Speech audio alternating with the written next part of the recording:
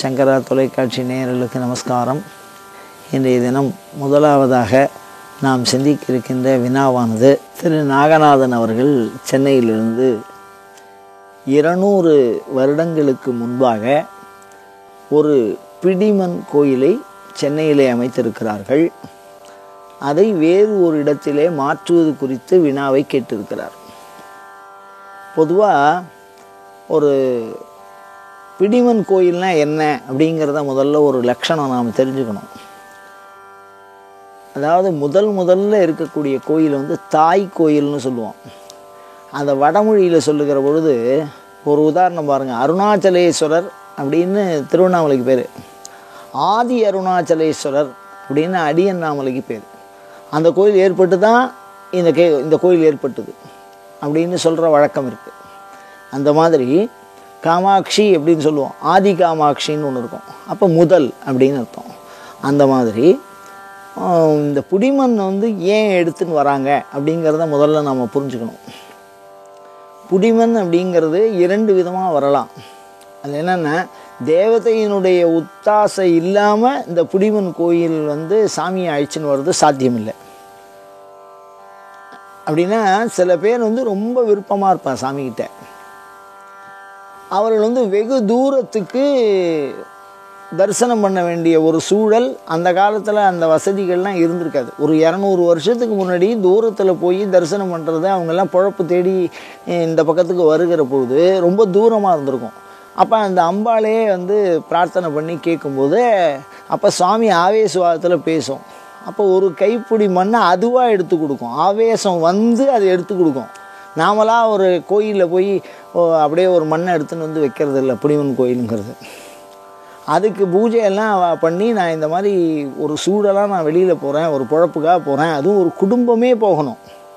தனிப்பட்ட முறையில் போனாலாம் புடிமண் கோயில் வராது. அதே மாதிரி அவர் அந்த ஆவேசித்து பேசி அந்த ஆவேச பொழுதிலே ஒரு கைப்பிடி மண் எடுத்து கொடுப்பா. அந்த மண் தான் சாமியாக வழிபாடு பண்ணுவாள்.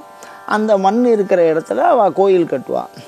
அந்த இடத்துல அது முன்னதாகவே பேசும். தானாகவே இந்த இடத்துல வரப்போகிறேன், இந்த இடத்துல எனக்கு வெய்யே, நீ இந்த இடத்துல க்ஷேமமாக இருப்ப அப்படின்னு அது வாக்கு கொடுக்கும். நாமெல்லாம் முடிவு பண்ணி செய்கிறது இல்லை புடிமண் கோயிலுங்கிறது. அதே மாதிரி சாமிகிட்டேருந்து ஒரு புடிமண் கோயில் இறைவனோட உத்தரவில் இல்லை இறைவியினுடைய உத்தரவில் ஏற்படுத்தியிருக்காங்க அப்படின்னு சொன்னால், அந்த புடிமண் கோயிலேருந்து இன்னொரு புடிமண் கோயில் வந்ததா உலக வழக்கில் இல்லை. மூலஸ்தானத்துலேருந்து பல புடிமண் கோயில் வந்திருக்கலாம். ஆனால் ஒரு புடிமண் கோயிலேருந்து இன்னொரு புடிமண் கோயில் உருவாகிறது அப்படிங்கிறது வழக்கத்தில் இல்லை, உலகில் இல்லை. அதே மாதிரி நாமளாக கற்பனை பண்ணிக்கிறோம் சில விஷயங்கள்லாம். பாருங்களேன், குலதெய்வங்கள்லாம் எப்போதுமே சரி தனிச்சு தான் இருக்கும். அது கூட பிள்ளையார் வைக்கிறது, முருகன் வைக்கிறது. நாமளாக புதுசாக ஒரு விஷயத்தை வேறு ஒரு கோயிலில் இது வச்சுருக்காங்க. இப்போ ஒரு ஐயனார் கோயிலில் போவோம். அந்த ஐயனார் கோயிலில் வீரன் வச்சுருப்பாங்க, மாடன் வச்சுருப்பாங்க. இன்னொரு கோயிலில் அவங்க ஒரு கோயிலில் வெறும் ஐயனார் தான் இருக்கும். அந்த கோயிலில் பார்த்துன்னு போகிறது. இந்த கோயில் சாஸ்திரத்தை அந்த கோயில் சாஸ்திரத்தில் பொறுத்துறது. அந்த கோயிலில் அது வச்சுருக்காங்களே, இந்த கோயிலில் இது வச்சுருக்காங்களே அப்படின்னு கேட்குறது.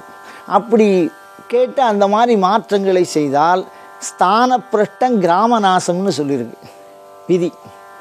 பொறுப்பில்லாத அந்த விஷயங்களை தேவையில்லாமல் குலதெய்வ சுவாமியை வழிபடுற இடத்துல அந்த குலதெய்வத்தை தவிர வேறு எதுவும் இருக்கக்கூடாது. எது ஆதியிலேருந்து இருக்கோ அதுதான் இருக்கணும்.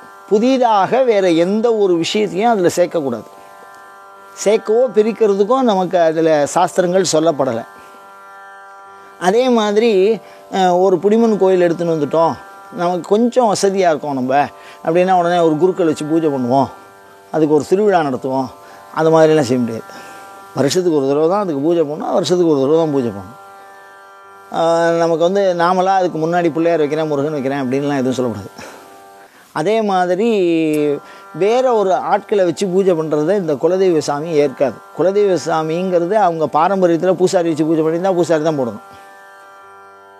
அந்த புடிமண் எடுத்து கொடுத்தால் அந்த சாமியாடின்னு ஒரு ஒரு வம்சம் இருக்கும், அவங்களுக்கு மேலே தான் சாமி வரும். அதே மாதிரி ஒரு குடும்பம், ஒரு கிளை இருக்கும், 1000 கிளை 1000 கட்டு அப்படின்லாம் கட்டு சொல்லுவாள். அந்த கட்டில் சாமியாடி குறி சொல்கிறாங்க அப்படின்னா அந்த சாமியாடி தெரிஞ்சு தான் அந்த இதை எடுத்து கொடுப்பா. அவள் வரணும், அவள் க்ஷேத்திரத்துக்கு வந்து அவள் செய்யலாம். அது மாதிரி ஒரு சாமியை ஒரு இடத்த விட்டு இன்னொரு இடத்த மாற்றுறது அப்படிங்கிறதெல்லாம் வந்து உத்தரவு இல்லாமல் நம்ம செய்கிறதுங்கிறது வந்து ஒரு உழுக்கக்கூடிய ஒரு செயல். அது எந்த பக்கமாக வேணாலும் அது திருப்பலாம். தேவதையினால் குலதெய்வங்கிறது கோபிக்கக்கூடியது. அதனால் அந்த மாதிரி விஷயங்கள்லாம் நீங்கள் வந்து பாரம்பரியமாக அந்த மூலக்கோயிலில் என்ன நடக்கிறதோ அந்த பூசாரியனுடைய அந்த பாரம்பரியத்தை கேட்டு செய்யணும். நாமளாக வந்து ஒன்றை போன்று இன்னொன்று இல்லை குலதெய்வம், அது மாத்திரம் உறுதியாக சொல்ல முடியும். இப்போ வந்து சிவன் கோயில் இருக்குதுன்னு வச்சுங்களேன், அது வந்து ஒரு ஆகமம் பண்ணியிருக்கா, 28 ஆகமம் பண்ணியிருக்கா. அதுலேயே பல்வேறு விதமான மாறுபாடு இருக்குது. ஒவ்வொரு கோயிலுக்கும் ஒவ்வொரு மாறுபாடுகள் தனியாக வச்சுருக்கா. அது மாதிரி குலதெய்வங்கிறது உடல் சார்ந்தது, வம்சம் சார்ந்தது. ஒரு இடத்துக்கு ஒரு இடம் மாறுபடும். ஒரு சின்ன இடத்துக்கு இன்னொரு இடத்துக்கும் புடிமன் கொண்டு போனால் கூட அதுக்கும் அந்த பூஜை முறையே மாறுபடும். அந்த வித்தியாசத்தை அது கொடுத்துருக்கும். ஒரு இடத்துல வந்து இப்போ நம்ம உதாரணம் வச்சுங்களேன், நம்ம கேரளாவில் ரொம்ப பிரசித்தமானது அப்படின்னா, இங்கே வந்து காலம்புரை வெள்ளை சாத்துவா, சாயந்தரம் இந்த வர்ணம் சாத்துவா அப்படின்னு நம்மளுக்கு சொல்கிறா. இந்த காலத்துக்குள்ளேருந்து இந்த காலம் வரைக்கும் பூஜை பண்ணிவிடுவா, அதுக்கப்புறம் சாமி வேறு இடத்துக்கு போகிற மாதிரி தாத்பரியம் சொல்லுவாள்.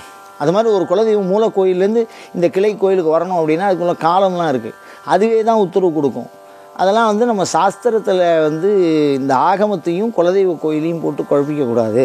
அதனால் மாற்றுவது அவ்வளவு ஒரு சிறப்பான ஒரு பண்புடையதாக இல்லை. இருந்தாலும் மூலக்கோயிலில் உள்ள பூசாரிகளை கேட்டு அவர்களுடைய பாரம்பரியப்படி அதில் என்ன செய்யப்பட்டிருப்பதை உணர்ந்து வேறு கோயில்களோடு ஒத்து பார்க்காமல் அந்த பாரம்பரியத்தை மட்டுமே ஒத்து பார்த்து கனவிலேயோ இல்லை ஆவேசித்து பேசினாலேயோ அந்த அடிப்படையிலே தான் இந்த புடிமன் கோயில்களை மாற்றவோ புனர் உத்தாரணம் செய்யவோ வேண்டும் என்பதாக பரிந்துரைக்கப்படுகிறது.